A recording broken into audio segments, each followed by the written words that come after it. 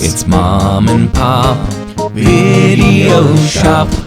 Welcome to the Mom and Pop Video Shop. And if it's your first time here, welcome. Thank you for joining us. And I am Joel. I am joined, as always, or almost always, by Tyson, who's a fellow clerk here in the shop. And we have the distinct honor of having with us a man who, for me personally, doesn't need any introduction, but for the two people out there that might see this that don't know, we are joined by the one and only J.R. Bookwalter, director of classics, and I mean that as sincerely as I could possibly say it, Dead Next Door and Ozone. On a personal level, Ozone to me, and I say this like legit, and yes, I'm blowing smoke up your ass, but the reality is I mean it. Ozone to me is like the Citizen Kane of shot on video movies.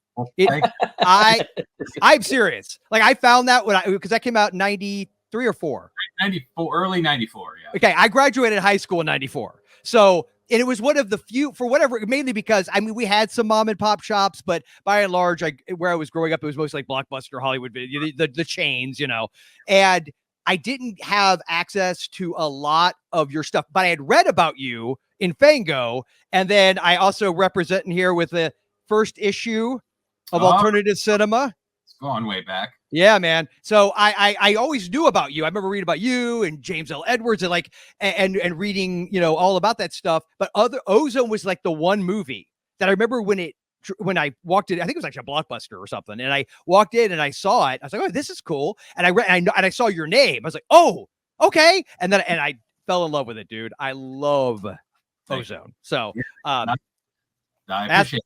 Yeah, ask Tyson. I don't shut up about it. So, yeah, and for me, my earliest J.R. Bookwalter memory was going into my local mom and pop video store and seeing like the original poster art for Dead Next Door. Yes, like that's one of those images that just. And I remember the ad. Wasn't there like a full page ad like in Fango, or I think it was either Fango or one of those like I don't know if it was like Fango Cinefantastic. It was something. I remember seeing like the full page of like the poster art.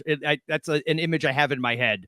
I don't remember that. I know there was a 4-page spread in Fangoria that was like 4 years before it ever came out. Yes. But, I could have, maybe it was Alternative Cinema where you were just promoting and my almost 50-year-old brain is like making wrong connections. But I remembered seeing that, and again, I didn't have access to the movie at the time.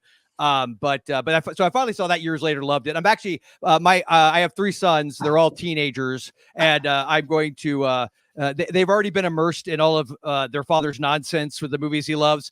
And so I will be. I've actually been jonesing to show. I was hoping to show them these before I actually got on with you, just so you could get the reaction of a few Gen Zers, but. That my kids have fairly good taste, or at least they've learned to lie to me and tell me that they like the things that I like. And then, of course, this I actually got. I remembered that you had the B movies in the 90s and beyond book, and I never read it. And then we've gotten to know Chris Seaver quite well, and he was talking it up, and I was like, oh, that's right. And so I ended up finding a copy, and I'm about halfway through it. Freaking love it, man! It is so great. Love that book. Yeah. Well, geez, that's quite an introduction there. Yeah. So now that I'm done blowing smoke up your ass, we'll move on to the point of this interview, besides us getting the honor of talking to you, which is you have done, and I love how I'm telling you something you don't know, but this is more for the audience, your first feature film directing wise, and was it 23 years? More than 20 years. Yeah. I think it's 23 years since I made a giant scorpion movie for Full Moon that sort of drove me out of the business. Okay. Yeah. The defining moment there, I think, where I was questioned my career. I gotcha. Yeah. And so this is Side Effects May Vary. It's a 2024 release, and it's cool for a number of reasons. One, it's your return after more than 2 decades to the directing chair. 2, you're doing the road show for the release of the film, right? Rather than just dumping it on streaming, you decided, you know what? We're going to try something a little different, a little old school. That's the idea, yes. And it's still going on. We started it at the end of January. We're all over the East Coast, the Midwest, and a little bit out on the Pacific Northwest. And it's still going on. There's still 3 more dates to go before we wrap it up.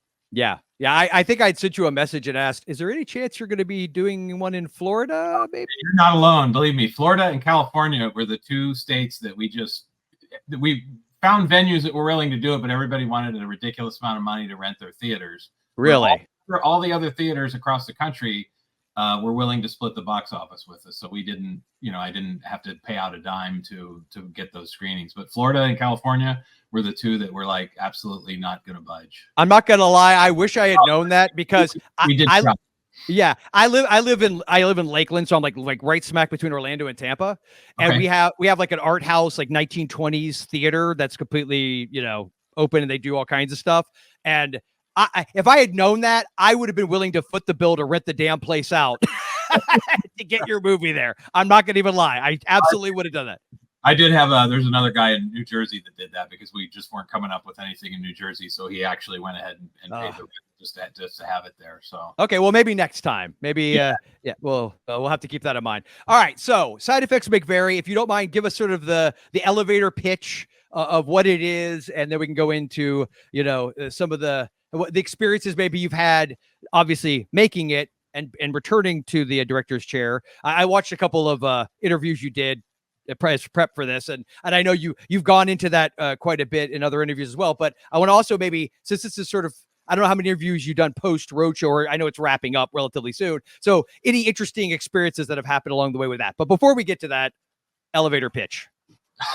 Well, it's basically, there were two movies in the year 1977 that inspired me to want to make movies. The first was Star Wars, which did not inspire Side Effects May Vary. The second was The Incredible Melting Man, which very much did inspire Side Effects. Had a childhood obsession with that movie, and it goes back to it played at the drive-in here in Akron, and by the time I was able to convince my father, who used to take me to R-rated movies whenever I would beg him enough, by the time I convinced him to take me, it was gone.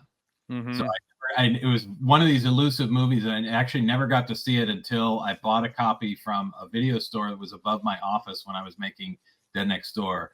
They had a copy, and that was the first time I had actually seen it. So that was probably 85. But it did not disappoint. I love the movie then. I love the movie now.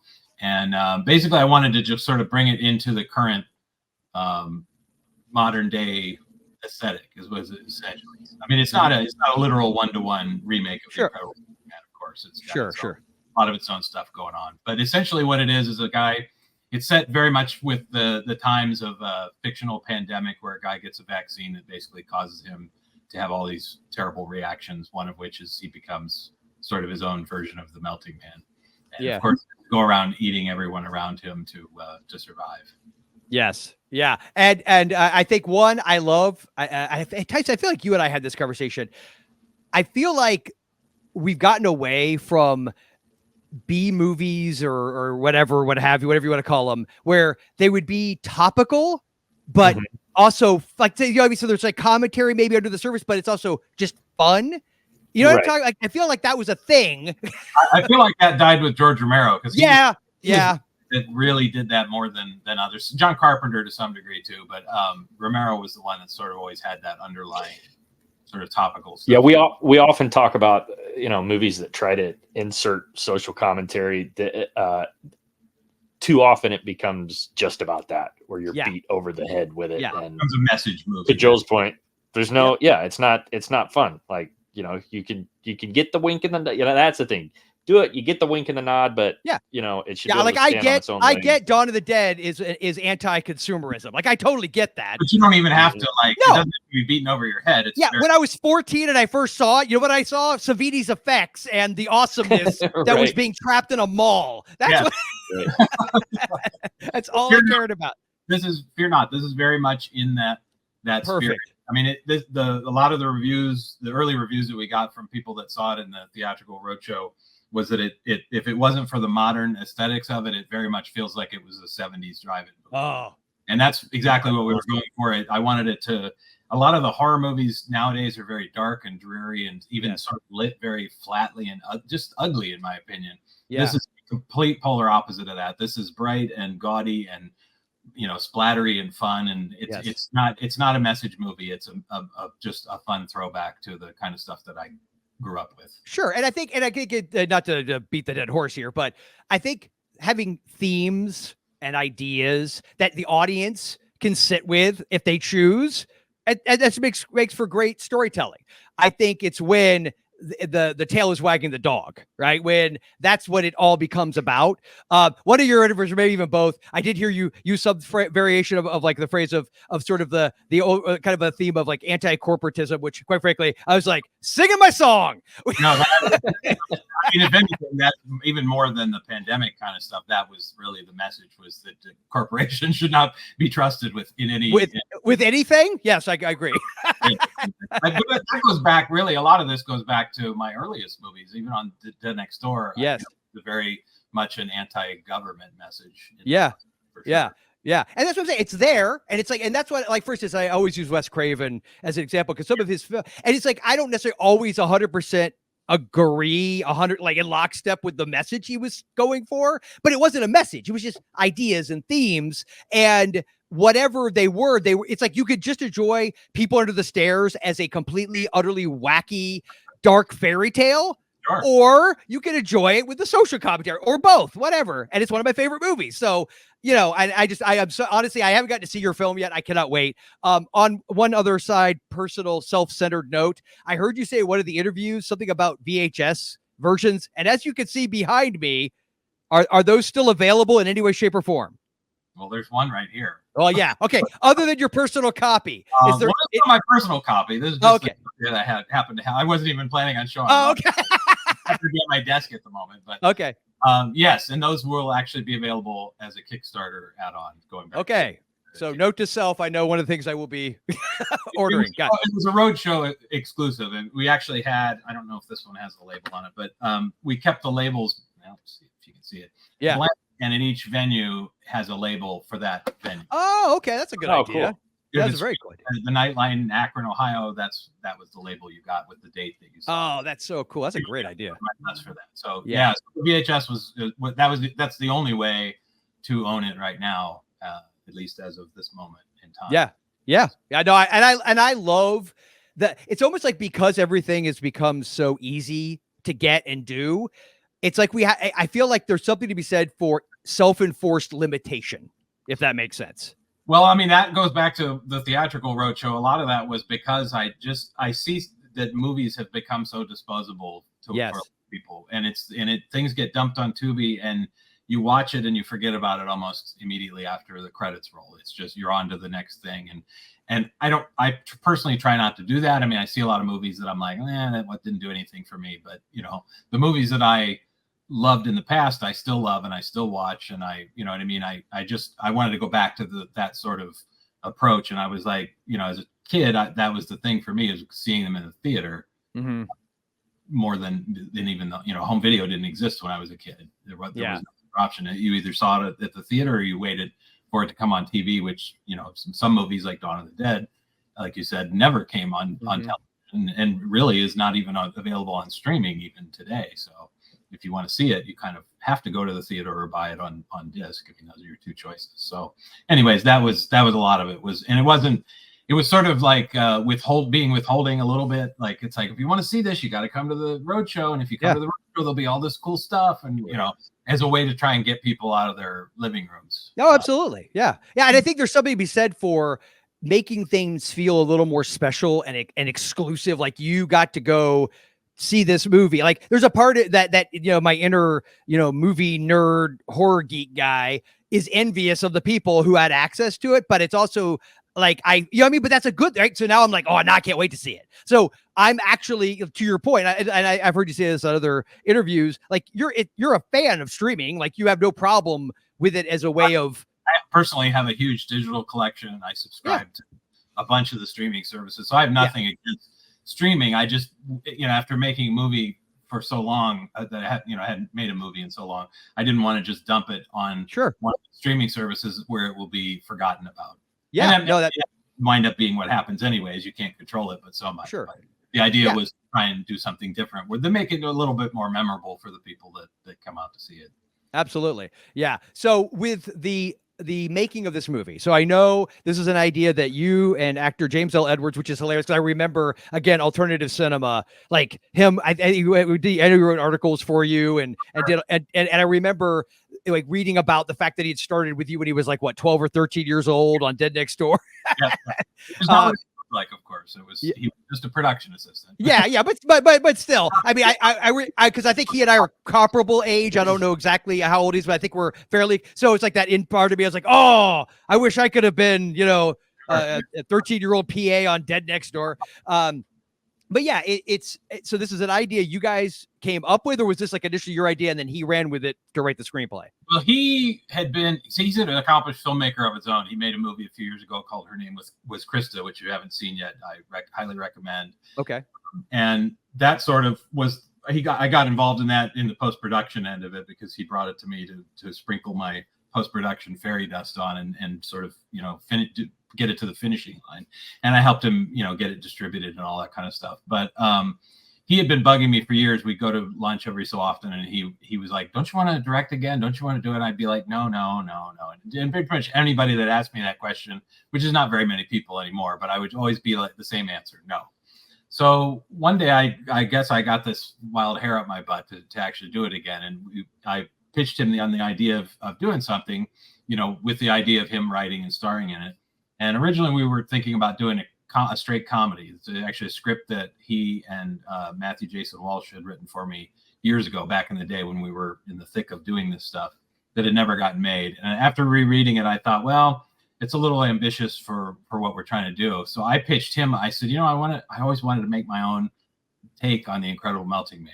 What do you think? And he actually had a treatment for something that he was working on that sort of fit along those lines. It wasn't exactly the same. So we kind of put our heads together, and I like to say that I took his ideas and threw them out and then gave him all of mine. But he basically at that point went off and wrote the script, and it was very much a harmonious, like one of the best collaborations I ever had. We were totally on the same wavelength. The only thing I had to slow him down a little bit because he was ready to write the script after the first meeting on the treatment, and we spent probably a couple of weeks going back and forth where he would do I think he did 5 or 6 versions of the treatment to just sort of hammer out all the plot points and all the detail. I wanted it kind of there before he went off to write the script. Mm-hmm. And then the beauty of that is then when he wrote the script, that was what we shot. You know what I mean? There wasn't any more like, well, let's do this, let's try that. I mean, we of course threw stuff in as we were shooting, but no, so it was very much, I pitched him the core of the idea. It was my idea to set it during the pandemic because that wasn't originally in the treatment that he had. And from there, it was just a hodgepodge of ideas. I would have ideas, he would have ideas, and he went off and wrote the script. I was not involved in that process, but we were both, very much involved in the story process of it. Okay. And obviously, again, anybody that doesn't know, like you, not only has he been involved with you and your work since basically very early on, the very beginning with Dead Next Door, you guys have done other projects together. I actually recently, and I had thought I had seen Polymorph, but I don't think I had. And when I got I ordered the hat and the swag, they included the special edition DVD, which thank you for that. That was awesome. A nice surprise. So I watched all the extras and everything on it. And a lot of your movies, especially from that era, we mentioned Ozone and everything else, you were doing the shot on video. Now I know that was digital, right? That was digital video, not first thing we did on mini DV. That was when the cameras were super brand new. Nobody had shot anything on that format. Yeah. And so I am a fan of shot on video. Like I love a lot of shot on video. So I recently picked up the Zombie Army, and I'm gonna review that on one of the podcasts I'm on in the not too distant future.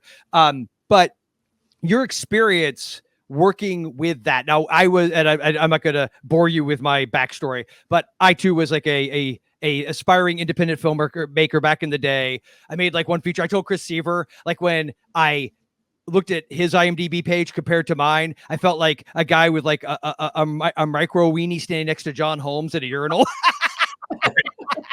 So anyway, but the point is that I remember how at that time, because I was a total snob, I was obsessed with the fact that video looked like it didn't look like film, because I never shot like a single frame of film, because I'm of that, like I'm post your childhood, right? But I'm sort of like in between the modern era of how things were. So I'm Gen X technically, but I'm still like, it was all video, it was all VHS, it was all camcorders, and rather than just leaning into that, I would try the workarounds. Like, you remember the film look thing you could buy? There was tons of that. So, I mean, that was the thing, was always, I started shooting on video really out of necessity, because I couldn't get, anybody to give me any more money to continue shooting on film. So yeah. I found this Super VHS-C camcorder from JVC that I thought sort of had like a little bit of a cinematic type of quality to it on its own. Yeah. And that's when, then I decided I was going to move back to Ohio. I was in LA at the time, and start making the stuff, with Kingdom of the Vampire and Zombie Cop. And those were basically assignments that were, I was able to talk Dave Dakota from Cinema Home Video into sort of bankrolling the first couple just to get things started. And that sort of became the beginning of my shot on video legacy, if you can call it that. But, yeah. It was never my intention to shoot on video. And if I could, I would go back and shoot everything on film, because I still do love, the look of film. Yes. Yeah, that was the thing. I was very hung up on everything I did, and I've showed some things to Tyson. Like, I would always like just add black and white. I would just make the black and white, because I felt like black and white immediately made it look just slightly less video. Yeah. Slightly.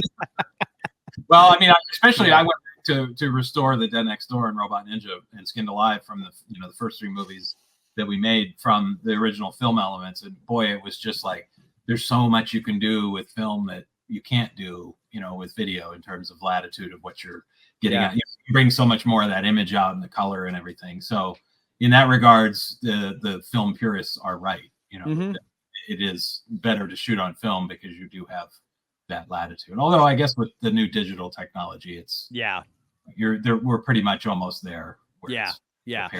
And then on a side note related to that, so like, would you do something like a transfer or for Ozone, for example, because that was shot SVHS. Yes. And again, as SVHS, just watching it normal, I remember thinking, it looked great. And a lot of that comes down to lighting and, the way you edited it and everything else. But when you make that transfer, is it literally, because I mean, do you have it? What is that basic process like? I'm just curious. There are other SOV companies that basically just take an existing master and upscale it and put it on disc. I do not do that. I went back to the original camera masters and rebuilt the entire movie from scratch, at shot by shot, to match what was the original edit. Put the titles back in there, color graded everything completely using modern tools that I didn't have in the early 90s to do it. And really just, I kept everything standard definition, because I'm of the belief that all the modern TVs will do a much better job of upscaling it than any software or hardware product available. So and the beauty of that is too, you can keep it standard definition on the Blu-ray, which then gives you that much more space to put all, you really pack it full of extras. You can have DTS audio and all these things that maybe you wouldn't be able to do if you upscaled it. You're just wasting digital bits, because it's just not, you're not gaining anything from having it upscaled on the disc. That makes sense. Yeah. Okay, cool. I was just curious. It's a very laborious process. I'm getting ready to embark on doing it with Polymorph and Sandman. Again, Sandman was Super VHS, Polymorph was mini DV, but it's the same, the same end result. You're going back to those original tapes, pulling them back into the computer, and kind of almost starting from scratch, redoing all the post-production work. Those two movies I saved for last, because they have a lot of digital visual effects that are going to be kind of a bear to do. The Polymorph, I actually have backups of all the original effects plates. So I'm going to actually do two versions. I'm going to do one with the original effects on it, and then one with new, modern effects. Okay. I mean, nobody can accuse me of being George Lucas. I was about to, you beat me to it. I was going to say, you're going to George Lucas it? I am, but I'm going to look at the original version. The restored, I'm going to restore the original version as well. Yeah. Make sure you totally change James Edwards' character motivation and arc by making sure he doesn't shoot first. No. that kind of stuff we're going to leave alone. Thank goodness. Okay, Yeah. good. Just going to make it look like I would have liked to. Those movies in particular, Polymorph and Bloodletting and Sandman, those three, at the time, there was no cheap film look. So the way we arrived at the film look back in the day, I realized that if you edit it at half the frame size and blow it up as you're exporting it, it kind of looks like film look. So that's the original masters for that movie were like half the resolution of what it could have been or should have. Yeah.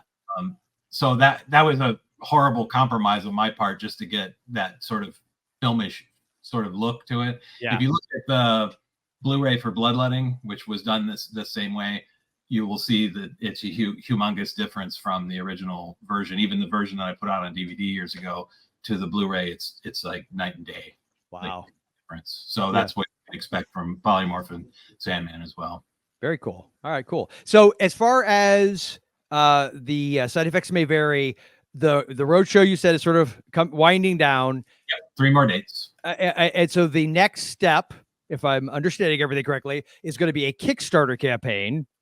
Yes, and it's really just Kickstarter wouldn't let me call it this, but it's really just a pre-order. Is essentially it's like for the people that have been asking, because everywhere we've gone with the roadshow, everybody has come out and said, "Well, can I buy a copy?" And it's like, "Well, only on VHS. We don't have the disc," because I wanted to get people to come to the theater. Absolutely. So now we're just sort of going direct to consumer with this is kind of step one is the Kickstarter. That'll get it in the hands of people sooner, and then eventually there'll be what we call a retail Blu-ray. But retail doesn't mean much when there's no retailers outside of Amazon and some online vendors that will actually sell it. But the only way to own it, the second way to own it now, is Kickstarter versus buying the VHS version. So that's essentially it's just sort of the next step in the release process. We're really dragging this thing out as much as possible. No, I think I think it's a very, very smart way of maintaining interest and not letting it just, like to your point earlier, just be something that you know what it is. And I if people take it disparaging, then they take it disparaging. It's not just content. I feel like I am I don't know how you feel about that. That's my biggest bitch with streaming. It's content. No, it's a movie. It's art. It's a film. It's not even just streaming. I mean, just even in people in LA and Hollywood, they just all see it as content now. Yeah. There was a time, when people, and not that long ago, where people would do what I'm doing right now, and everything would roll out in a sort of orderly fashion, and it would last longer, and interest would maintain through those steps, from theatrical to disc and then eventually to streaming. I mean, in my opinion, I'd be very happy if the streaming was the last step in the food chain. Well, and I was going to say I feel like it's crazy that fans of old school B movies and the VHS, the video store lifestyle and all that. It's like, who would have thought that we would get to a point where we get so nostalgic for that stuff that we actually miss old school marketing. You know what I mean? I mean, that's the thing. Like the movies. I mean, we talked about earlier with Dead Next Door. I remember going into a video store and seeing the poster, and frankly, being a little bit scared shitless, where I had to wait a few years before I pulled the trigger on that one. You know what I mean? But these days, so there's there's no effort put into artwork. There's no effort put into the marketing of it and the release and the good things come to those who wait type of I mean, we could go on a total soapbox about instant gratification, but everything looks the same for the most part too. It's like, I mean, there's a million Amityville movies and shark movies and movies and all these, and I get it. There's people that love that stuff. I personally am not one of those people. I would not, aside from the first few Amityville movies, I'm not going to watch anything that has Amityville in the title because I'm just not interested. But I get why people are doing it. But I don't think in the long run, I don't think those movies are going to be remembered 10, 20 years down the line. No, I really don't. They're being made to get people to click that button on Tubi to watch it and to get that 25 cents per stream or whatever they're getting. And then people just move on to the next one. Yeah. Yeah, and it's almost like there's a bit of a self-fulfilling prophecy in all this. It's sort of the idea, like, I don't know if you saw The Fall Guy. I loved it. I thought it was a fun movie. And the fact that let's start with you spend $160 million on a movie. That's problem number one. But then you had was it 19 days after theatrical release? They're dropping it on streaming. Yeah. Talk about kneecapping your. Yes. I mean, I was a fan of the Lee Majors TV show. Fall Guy. When I was dismayed when I saw the trailer, because I'm like, this doesn't look anything. No, it's not. It's nothing.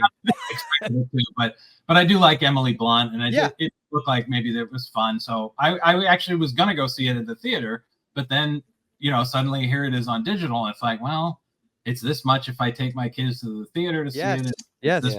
Just buy it on digital, or even I could just wait until it comes to Peacock or whatever service it's going to be. Kids these days, they don't understand the heartbreak of missing something in a theater and then having to wait 8 freaking months. Well, to JR, his point was though, and because I've growing up reading famous monsters and things like that, that monster kid generation, like you guys who had to literally if you didn't catch it in the theater. And there's a lot of stuff you weren't, and you might get to see it on TV if it played on your local horror host, which I know you were in Ohio. So who would that be? Ghoulardi or the Ghoul? Yeah, we had Ghoulardi. We had the Ghoul later. Yeah. We had Big Chuck and Little John, and who? Yes, Big Chuck. We had a bunch. We had Superhost. I mean, there was a ton of them in this region. I'm a massive horror host fan. I love all of them. I had Dr. Paul Bearer here in the Tampa Bay market. So, but the point is, you had to wait. It's on at midnight on a Saturday. Yeah, and that was, and you could find TV Guide or local listings. You check it and you highlight it or circle it so you knew it was coming up. But there's no VCR to record it. There was no, you just had to take what you could get. So I think we've gotten obviously spoiled, but to Tyson's point, even for those of us that didn't have to go through that, we still had to wait 6 months or a year, to see something.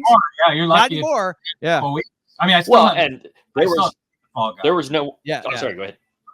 No. I was just. There's no way in hell we were going to own that in a private collection either, unless you happen to be rich enough to have 2 VCRs and knew how to do a little dubbage. You know what I mean? But. That now it's for what you can buy it for $12 on streaming, and it sits in your imaginary that they can never take away from you. Or you can wait a few extra weeks and it'll pop up on for free on your subscription. Right. Right. And then you don't have to own anything. And I'd love to know your thoughts on this. Do you feel like?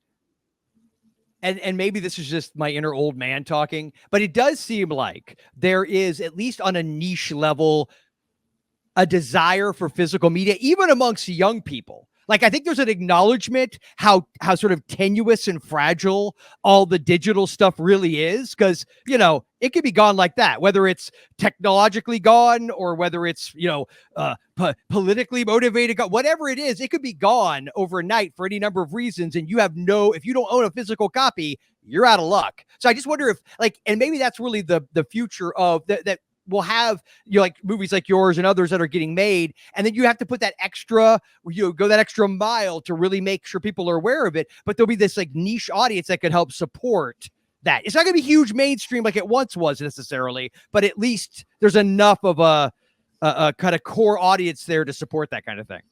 Yeah, I mean, well, it's what happened with the French Connection recently. Great example.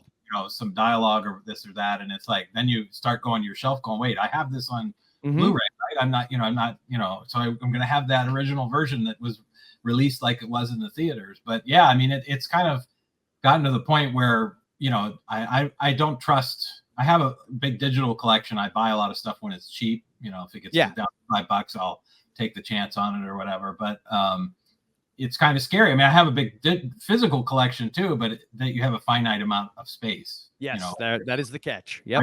I filled up my shelves pretty much, and now what? It's you buy a shelf, so neither one is a perfect sort of thing. You start going through the list, going, well, I don't really need this movie. Maybe I'll save it for so I can buy these other 3 movies. Yeah. Or then start collecting stuff on multiple formats. I mean, I started in the Betamax days. I was the very tail end I was Betamax first, and then VHS, and then Laserdisc, and then DVD, and then Blu-ray, and now I'm buying everything again on 4K. And it's okay, when does this, thousands of dollars bleeding? When does it stop? Yeah. Well, we could get into the whole conversation, and again, maybe it's just a personal thing, but there's certain movies, honestly, I'd much rather watch them at most on DVD or even just VHS. Like, to me, Chainsaw Massacre, I am fine never seeing it past VHS because it's so gritty. And I get it. I get the argument. Like, oh, you should check it out at yeah, but I like it being dirty and kind of muddy and ugly because that's the movie. It's the aesthetic of the film. Well, and to go back, my only copy of Texas Chainsaw is on VHS. It's the only way I'll watch it. No, to go back to your collector thing. I mean, I went to one of the VHS fests years ago, and I'm actually going to this year's in July. They're showing Robot Ninja there, but I noticed from watching the sort of behavior there's two types of collectors. There's the diehards who, like us, I think the three of us that grew up with this stuff and now want to have that video store in our home, and then a younger crowd that's just thinks it's kitschy to like hipsters. They'll buy whatever's cheap, like on VHS, just to have it. Yeah, because hipsters. Yeah, I mean, and there's nothing wrong with that either. Yeah. They're not really collectors. They're just sort of stumble across stuff. It's like, oh, look at this. Let's put this on. Yeah, they're doing everything ironically. That's Yeah. Where we're buying it for a very valid reason. Yeah. Because, like you said, Texas Chainsaw Massacre, you only want to own it on that format. Yes, exactly. Yeah, my. Yep. Go ahead, Tyson. The only downside of that is that the savvy vendors have figured that out, and they know that the shit that we really want. Well, it doesn't help. I'm a cheap. You're paying $40 and $50 for a damn VHS. No, seriously, and Tyson can attest to this. I'm a cheap bastard, so I am like, for instance, I found a VHS copy of Ozone, and it was still sealed. Oh wow! And I was like, oh, but it was like $75. And absolutely no offense to you or Ozone, if it had been 25 to 30, I would have probably, even though for me, like mostly, because to me, it's not only the hunt and finding things out in the wild, as they say, but it's when you find that thing for like $2 and even if it's just for you, how valuable it is, that feels so satisfying. It's like a drug, Well, the thing is, you don't care that the old lady that you're buying it from her estate sale or whatever. No, I don't care. She's a widow that she's not gonna. Yeah, it's like I don't care. But the thing is, aside from having that original box, like, are you ever gonna? I mean, maybe you will watch the tape, but I mean, this is the reason on a lot of the Tempe digital Blu-rays, I include that second DVD with the VHS version of the movie on. You don't even really have to. You can watch it. Yeah. The presentation with the FBI warning, the whole bang. Yeah. Without ever having to put the tape in. Yeah, so. I think as long as it's some kind of physical media, I'm good with it. And I have this really weird like OCD thing anyway, and I've talked about this before. A lot of the tapes I find were old video store tapes, right? So and they're like a lot of mom and pop. Like for some reason, I've got like a dozen from some video store from Homer, Alaska. I don't know how that happened, but I just did it. But a lot of them, they're like partially watched or partially rewound, and there's something about that idea that whoever last watched this, whoever it was 30 years ago, stopped it or didn't finish or whatever, something was going on in their life, and they returned it, and no one ever presumably picked it up past that point, right? And it ended up in my rando home in the middle of Florida. You know what I mean? And there's something about, and so weirdly, those I don't ever want to mess with. Like, I feel like it's like a weird time capsule of sorts. And again, that's a me thing. I know most people. I just stumbled across one like that. There was we did a screening in Detroit with Ozone and Side Effects May Vary, and they had a little VHS swap during it. And one of the guys had a VHS of Howard the Duck, which was one of my guilty pleasure favorites. Sure. I saw it in the theater. I've already owned it on Laserdisc, and I own it on DVD and Blu-ray and now 4K. But I was like, I got rid of my VHS, and so I actually was willing to pay. The guy gave it to me, he's like, but again, I took it out and it's like half watched and not rewound. I'm like, what the heck's that all about? Yeah. And it's so, but my favorite is when, of course, they've got the Be Kind rewind sticker and it's still not rewound. But there's something about that, right? There's something about, just for me, it's like knowing that somebody, you don't know who, could have been, it's probably just a regular schmo, just like me, who just rented this movie, and maybe they finished it. And I think it's weirder that they would have only rewound it like halfway. Right. So most likely they watched it, and then maybe they watched it again and like got halfway, like, oh, okay, I got to take it back. Who knows? Point is, there's just something about that I like the idea of. Yeah, because to your point, and look, it's something that's just about convenience. I own a lot of movies that if it happens to be part of some streaming service that I already have and it's available and it's just easier to hit play, I totally will do that. But I also love back to your French Connection point, that if I want to see the movie as intended by Mr. Friedkin, and I want to, I don't know, understand that Popeye Doyle was not a good guy, and that scene proves that point. Yeah. and taking it out oddly, you know, it mitigates all of that. I have the option, like Blazing Saddles. I have like 8 copies to play. I'm like, you're not. Yeah. Funnily enough, a movie heavily against racism, but you know, some idiot is going to misread it, and it's like, no, you're not messing with it, man. I've got it. Well, it goes to, you know, Spielberg did it notoriously with E.T.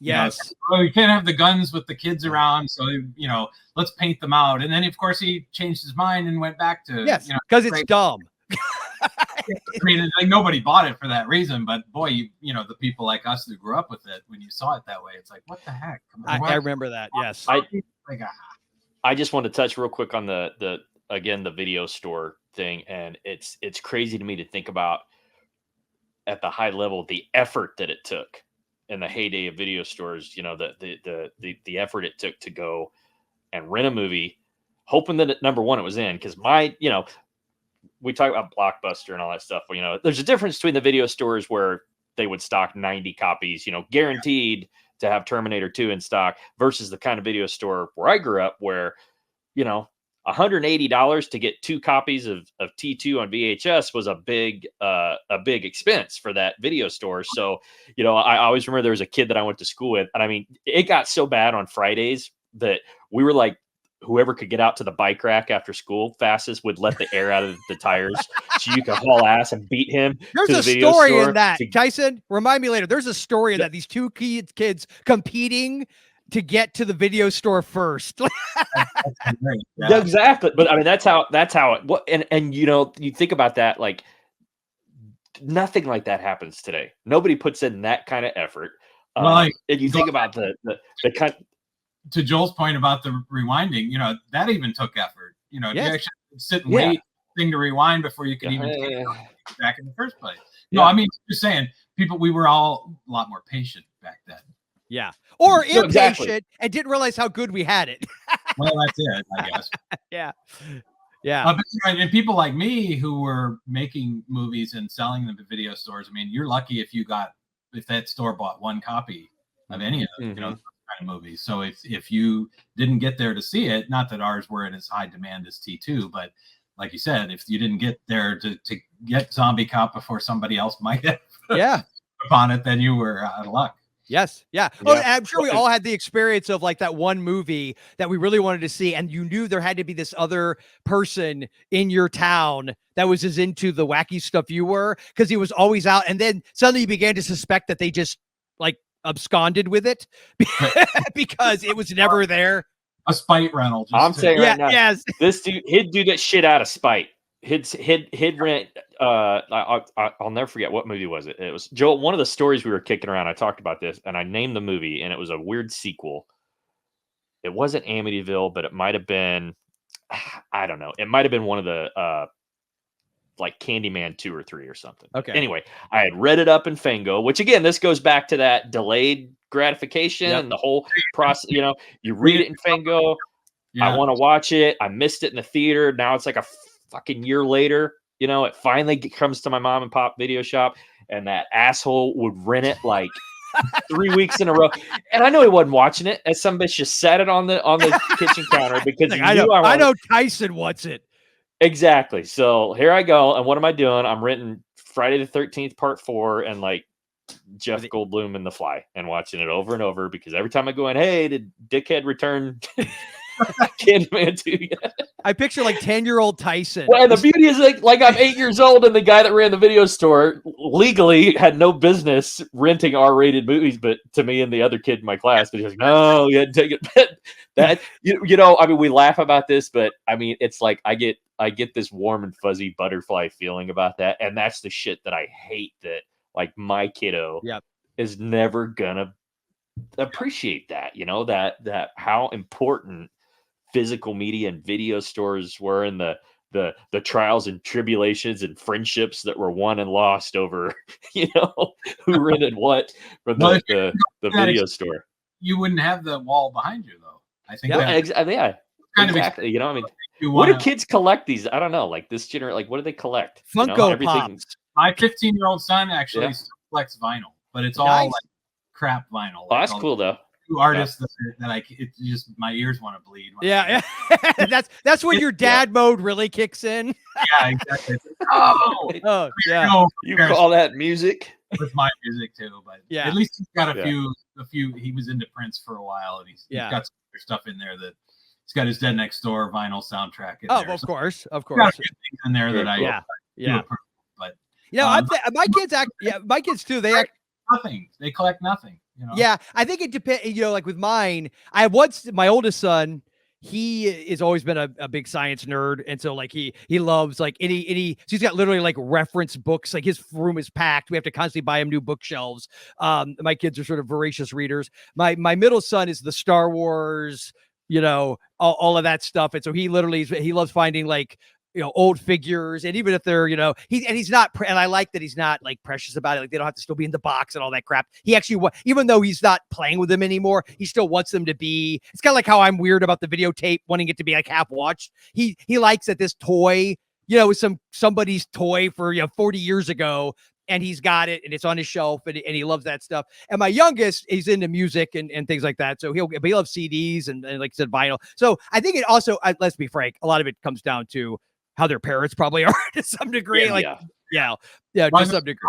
Hollywood certainly is making it difficult to be a collector anymore. I mean, a lot of movies don't even come out on disc anymore. Sure. They just go straight to streaming, and that's it. So. But would you agree they never really wanted us to be? They fought that tooth and nail, right, with VHS back in the day. Wasn't that the whole lawsuit that led to, remember, because it went all the way to the Supreme Court that, you know, Hollywood was more to protect their television and cable TV licensing, because they did, and it was very much similar, I guess, to when TV came in, you know, and the theaters were fighting, the Hollywood was fighting against it, because by doing things like 3D and all, you know, trying to like keep people in the theater and not sitting at home watching TV. I mean, unfortunately, once that genie was out of the bottle. But I mean, you look at now where we are decades later, and it's, you know, it's never been worse. When a movie like Furiosa opens so poorly, I don't know what Hollywood's going to do, you know? Yeah, I actually liked Furiosa, which I didn't like it as much as Fury Road, but I did like it. I just felt it was unnecessary. Like I didn't think that character was like warranted. A Mad Max movie that Mad Max is not really in. Yeah. But, it was a bit of a great movie. I mean, you can't say, you know, I had a good time watching it and all that. So. But I think the problem we get back to, and honestly, if they could just figure, like, I feel like the days of wine and roses of $1 billion grossing movies are probably done for them, and yet they keep making movies with budgets where that's the expectation. That's what I don't understand, is why this spending? Why are we still paying actors, you know, tens upon millions of dollars? I don't get it. Somebody doesn't make any sense that's in charge of this stuff. Yeah, and then did you see Godzilla -1? Of course, dude. Best movie of the year for me. I haven't yet, and I saw it's on Netflix now. So I saw that too. But I'm excited. I handed Hollywood their ass with that. 12 was it a $12 to $15 million budget? Yeah. I mean, and so wait, let me get this. By the way, it only made like 100 and some odd million worldwide, but it was considered a huge hit. You know why? Because it only cost 12 to 15 million. This isn't rocket science. It's like I've been saying for years, I don't understand what happened to the $1 million movie. You know, yes. Like movies like A Nightmare on Elm Street back in the day cost $1 million to make. Yep. You know, so there's nowhere to go but up at that point. Yeah, you make 32 million. You're right. That's a hit. You know, it's just when you get into these absurd numbers, it just doesn't make any sense, because 100%. If you don't get these huge crush of people to see it, then you're sunk. Yeah, and I feel like if somebody, you know, could get their head out of their ass and figure that out, you know, where that has any power to do anything about it, I guess. But yeah, looking at the model of like good Godzilla -1, you know, if you don't have these exorbitant budgets, you could like I look at a lot of Blumhouse movies at this point I'm over, but I at least can appreciate the model they were using for a long time, which was like $5 million movie. You know, Black Phone costs $5 million. It makes 35 million. Hit. So it's like that seems like a good model. And I understand you're not making a Marvel movie for $5 million. I get it. But the question is, do you need to spend, I don't know, $300 million to make a Marvel movie before marketing? Really? Really? Well, it's the thing is that you have this because like the guy that's running Warner Brothers now, this David Zaslav. Yeah. You know, he's killing movies that are already basically finished and ready to go because, you know, until he gets that tax write-off. But at the same time, why are you not looking at the budgets of your future movies? Yes. No, we can't make these for this much money. And I don't understand. I don't know if it's that producers are running the show now and just saying, no, we can't do it for any less than this. It's just something doesn't make any sense there. Yeah. It's almost like once you find the answer, you're going to go, of course it was. Right. You know what I mean? It's going to be one of those like, of course there was somebody on the take. Of course. And I will say this too, to bring it back to side effects may vary. See how I did that? I liked, like, I think I got from some of your other interviews, you bankrolled this thing yourself, right? This is yeah. And I think that's honestly, to be fair, it wasn't certainly wasn't the cheapest movie I've ever made. I mean, Sure. I've made that was cheaper, but it's also not anywhere near the most expensive movie I've made either. It was, you know, I spent what I thought I needed to spend on it to make a decent movie in the year of our Lord 2024. You know. Yeah. Yeah, and I think, well, I've only seen the trailer, but from what I've seen, it looks fantastic.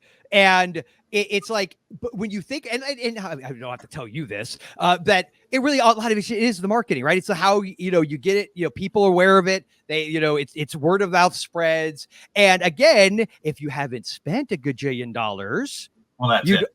You don't need it to make a gajillion dollars. So, right. Yeah. I mean, you know, because the thing is too, it's tougher than it used to be. You know, when I was making things like Ozone, there were not a lot of us doing that stuff. And at $3,500 for Ozone, I mean, there was nowhere to go but up. You know, I mean, I'm going to make something on it. You know, nowadays, even if you make something for $3,500, there's no guarantee you're ever going to see that money back because there's thousands of movies that just get lost in the to-be shuffle. Mm-hmm. Stuff that comes and goes that, you know, there's sort of like there are a lot of movies that make money that you just don't ever hear about, but there's also a lot of stuff that never makes its money back. That, you know, there's filmmakers who pour their heart and soul into something, and you're lucky to recoup what they spent on it. So it's harder now because there's a lot more people doing it. So, Tyson, were you gonna say Joel? something? I know we're probably getting close to wrap up here, but I just want to say something that I found inspirational and that I think other aspiring young filmmakers would also find inspirational is that, you know, JR, you mentioned that Side Effects May Vary is sort of your version of Melting Man. You know what I mean? And I think so many people get hung up on, well, I got to do something completely fresh, completely original that's never been done before. And you know, I think that's so detrimental to the creative process. You know, I know when I've written books and short stories and stuff and collaborated with other authors, after a few drinks, we end up saying, you know what, why are we getting so hung up on this? There's really only 7 original stories that have ever been told. Let's just put our spin on it. You know what I mean? And it's that, you know, we do it all the time, you know, the elevator pitch as well. It's Die Hard meets, Prince of Tides meets 16 Candles. You know what I mean? And that happens so much. And every once in a while, you can get that perfect sort of formula. I don't think you necessarily have to be scared of saying, hey, this is my version of, you know, the Incredible Melting Man set during the pandemic. And that's something that's you got to pick something that isn't overdone. Like I just watched Abigail. Sure. And seen it. And it's basically, I didn't realize it's basically, I mean, you could tell from the trailer, it's Dusk Till Dawn. Yes. You know, there's this group that are going to kidnap the girl, and boom, she's a vampire, and not much else happens from there. I mean, it wasn't a terrible movie. I thought it was okay. Yeah. But you know, how many vampire movies? Yeah. Like, gosh, you know, at least with I picked The Incredible Melting Man because nobody else is making movies like that. Yeah. Yeah. It's like, if somebody's riff on Basket Case or riff on, oh God, yes, is great, but is nobody's ever, you know, I don't know. That's my opinion. Yeah. The one thing I'll counter with the vampire thing is I still think you can use tropes that are even overdone. I mean, if you can make it good, and I always like to bring up like Salem's Lot. Not that that's recent, but I mean, holy shit. You mean the Toby Hooper movie, Salem's not Lot the Rob Lowe movie? I was just saying it's about to be recent. Right. Yeah, they're doing a new one too. Yeah. Let's go to the source material. Let's talk about the novel. Okay. Stephen King wrote Dracula set in New England. I mean, if you read it, it's damn near beat for beat Dracula, but you know what I mean? It's my favorite King book. I love the Toby Hooper film. You know, he made it current. He made it. I mean, he's the, no pun intended, but the king of suburban horror, making the normal horrific. But you know what I mean. So I think that even stuff that is done a lot, AI and whatever, everybody's doing AI horror and the creepy dolls and whatever. But I think if you just figure out that extra little spice, No, you know what I mean, that just sets it apart. That's what I would be worried about as an aspiring filmmaker, is not trying to come up with this brand new story with brand new concepts that nobody's ever seen before. Now, if you could crack that, great. But I just feel like there's a lot of stuff out there. I mean, everything is derivative of something at this point. Yes. Whether it's a novel or another movie or TV. I mean, it's just you can say, oh, it's original, but it's really not. It's just you're putting a fresh coat of paint on something. That's it. I mean, even going back to Stephen King, he said he called Evil Dead, the most ferociously original movie, blah, blah, blah, blah, blah. Well, it really wasn't, because that movie had existed before. It was called Equinox. Mm-hmm. It wasn't made the way that Sam Raimi made it with Evil Dead. You know what I mean? It had that ferocity, and that it was obviously Evil Dead was a much better movie than Equinox, but that source material of that whole Book of the Dead, the Doctor in the Cabin, that had all been done before. Yeah, well, it's like Night of the Living Dead and I Am Legend. Exactly. And honestly, and I guess there is something to be said for that. Could be very inspiring in and of itself. And to your point, I think going with something that is fallen probably way off the radar of most people, like Basket Case being a great example. Film people and horror movie people know Basket Case, but even then, a lot of them, like even younger ones, you mentioned Henenlotter and Basket Case and Frankenhooker or whatever, Brain Damage, and they're like, the guy carries the mask. Oh yeah, I think I've heard of that. They don't even. So to your point, just what is the core about that appealed to you, and now make it your own. No, and that's it. It's fun. A fresh coat of paint on it. You have to. You can have the same. I mean, it's not even really the same basic plot points, but you just have to have, something else going on. It can't just be a literal, obviously did not just do a beat for beat. Then you're making an Italian Jaws ripoff or an Exorcist. There's enough of those too. So. Yeah, exactly. Yeah.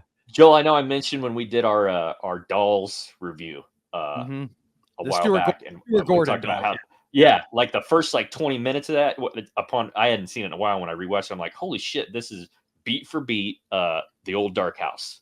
You know what I mean? Like the 1930s, the characters, the setup, everything. You know what I mean? And somebody had mentioned, I think it was someone in our circle, Joel, they were talking about Spiral Staircase. And I remember reading the book that Spiral Staircase was based on, and I had that thought. I'm like, man, I would love to not remake Spiral Staircase, but just use that concept. Gaslighting.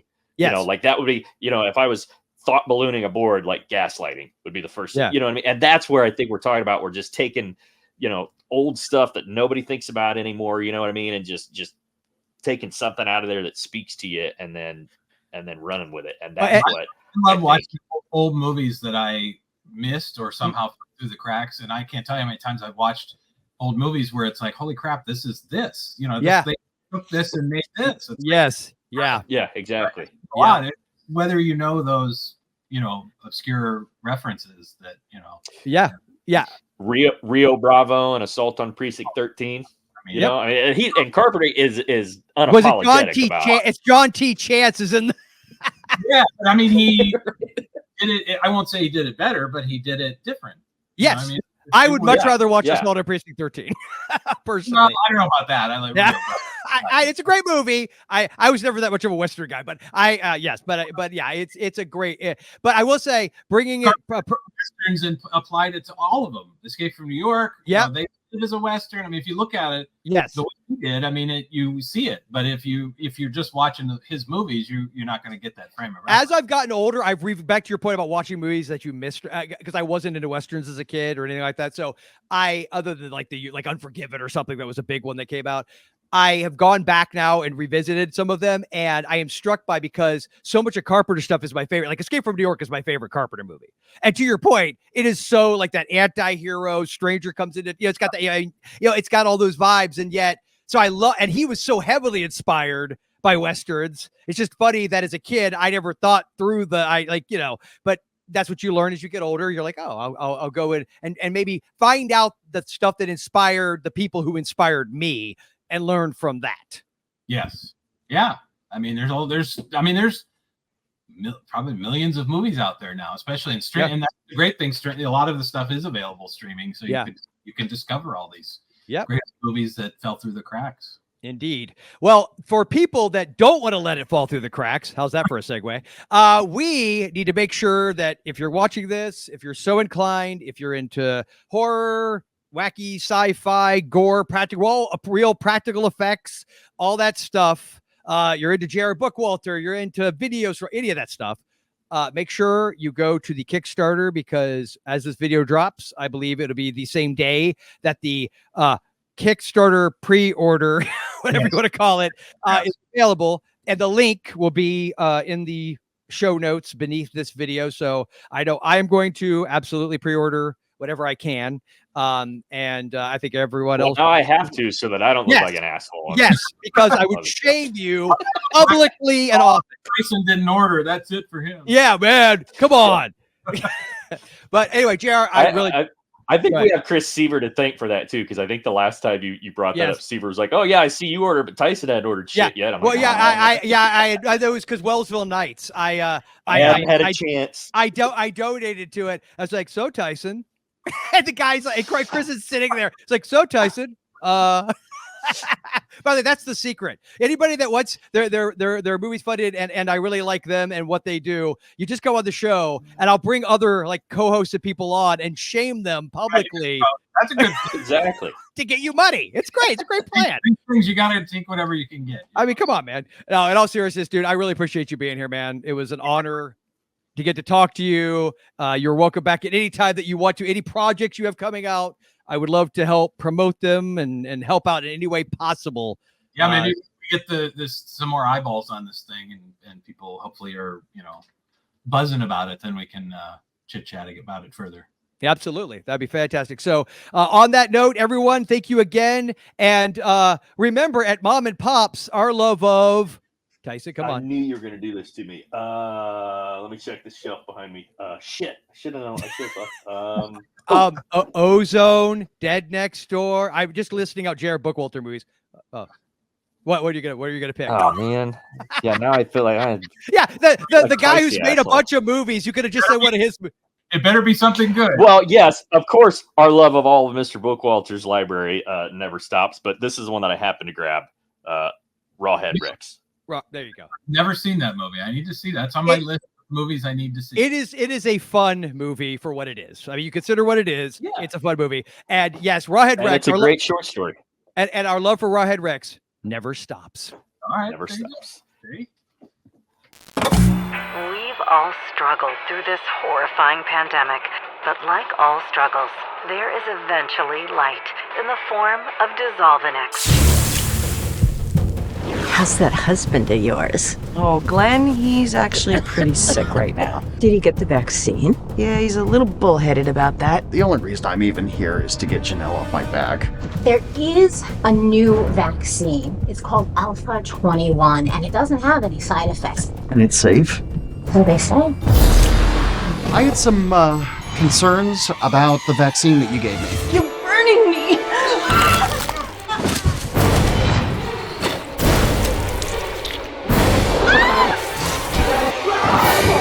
Why is this happening? But a citywide manhunt is underway for resident Glenn Rollins in connection with these attacks.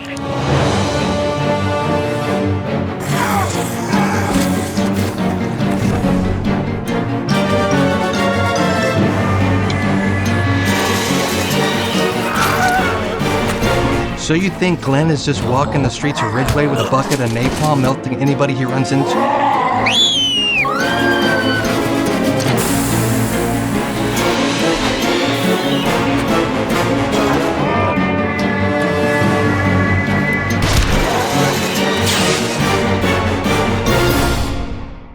Well, no reason why they should have all the fun. Mom and Pop's Video Show.